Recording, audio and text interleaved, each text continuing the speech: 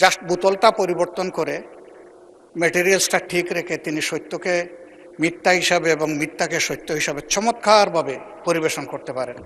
এই জন্য শুধু তাকে ধন্যবাদ জানানোর জন্য আমি এখানে দাঁড়িয়েছি। মাননীয় স্পিকার, ধন্যবাদ। বিরোধী দলের নেতা। ধন্যবাদ মাননীয় স্পিকার। আমি দাঁড়ালেই ভালোবাসার কিছু কথা বলতে হয়। মাননীয় সদস্য এবং স্বরাষ্ট্রমন্ত্রী আমরা কালকে চলে যাওয়ার পরে আমাকে ভালোবেসে একটা কথা বলেছেন।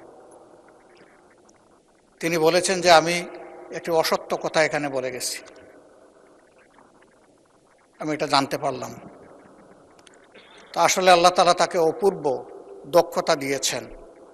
জাস্ট বোতলটা পরিবর্তন করে মেটেরিয়ালসটা ঠিক রেখে তিনি সত্যকে মিথ্যা হিসাবে এবং মিথ্যাকে সত্য হিসাবে চমৎকারভাবে পরিবেশন করতে পারেন।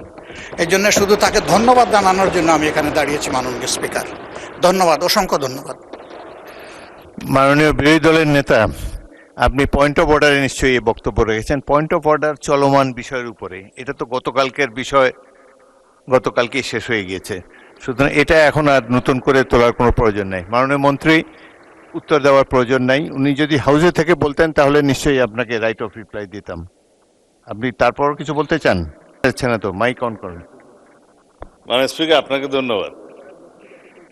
এই মুহূর্তে মাননীয় বিরোধী দলীয় নেতা দুইটা অসংসদীয় শব্দ ব্যবহার করেছেন।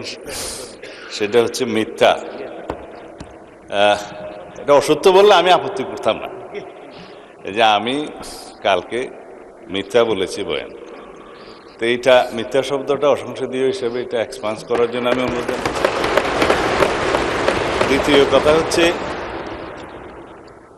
ওনার কালকের বক্তব্যের প্রেক্ষিতে আমি বলেছিলাম মাননীয় বিরোধী দলীয় নেতা এখানে একটা অসত্য বক্তব্য উত্থাপন করেছেন।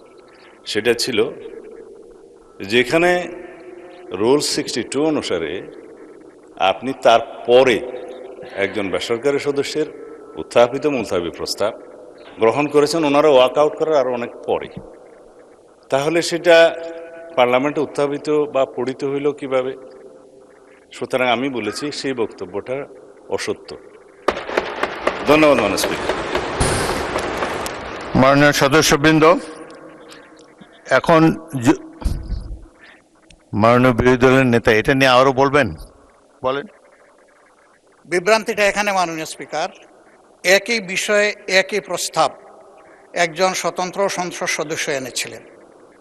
সেই প্রস্তাবটি ভিন্ন নামে গতকাল এসেছে, শুধু নাম বদল হয়েছে, প্রস্তাব ঠিক আছে।